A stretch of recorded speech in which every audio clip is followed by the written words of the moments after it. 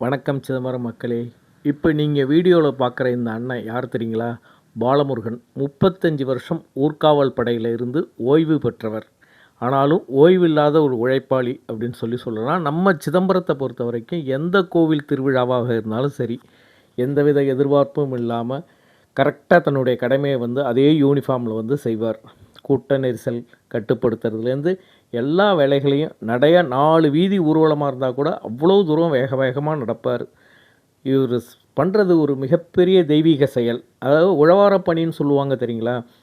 அதை மாதிரி பணியில் இது கடவுளுக்காக அவர் செய்கிற மிகப்பெரிய அர்ப்பணிப்புன்னு தான் சொல்லணும். ஏன்னா ஊர்காவல் படையில் 35 வருஷமாக இருந்து ஓய்வு பெற்ற ஒருவர் ஓய்வில்லாத மக்கள் பணி செய்கிறது எவ்வளோ பெரிய விஷயம் தெரியுங்களா? தீமிதியாக இருக்கட்டும், ஒரு கும்பாபிஷேகமாக இருக்கட்டும், எங்கே இருந்தாலும் இவரை நீங்கள் பார்த்துடலாம்.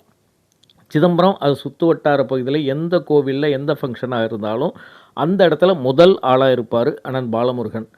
இவரை நான் ரொம்ப நாளாக நோட் பண்ணிக்கிட்டு இருந்தேன். நேற்று தான் ஃபுல்லாக இவரை பற்றி டீட்டெயில் எல்லாத்தையுமே கேட்டேன். ஆனால் உங்களுக்காக நான் ஒரு வீடியோ போடுறேன் அப்படிங்கும்போது, என்ன சார், நான் ஒரு சாதாரண ஒரு தொண்டன், என்னால் முடிஞ்ச ஒரு சமூக சேவையாக தான் சார் இதை நான் செஞ்சுக்கிட்டு இருக்கேன். ஏதோ கோவிலுக்கு வர்ற பக்தர்கள் கூட்ட நெரிசலில் சிக்காமல் போகாமல் நிம்மதியாக சாமி தரிசனம் பண்ணிட்டு போகணும், அந்த நிகழ்ச்சியும் நல்லபடியாக நடக்கணும் அப்படிங்கிறதுக்காக தான் சார் நான் இதெல்லாம் பண்ணுறேன் அப்படின்னு சொன்னார். இருந்தாலும் அது ஒரு மிகப்பெரிய பெருந்தன்மை தானே. ஒரு மனுஷன் இந்த காலத்தில் எதுவுமே எதிர்பார்க்காமல் ஒரு காரியம் பண்ணுறேன்னா அது எவ்வளோ பெரிய ஒரு விஷயம்.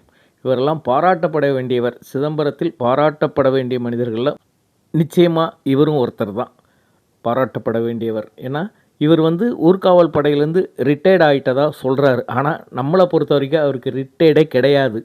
அப்படி தான் அவர் உழைக்கிறார். ஊர்காவல் படையில் இருந்தப்போ ஒரு சம்பளத்துக்காக வேலை செஞ்சார்னு கூட சொல்லலாம், ஒரு சேவையாக.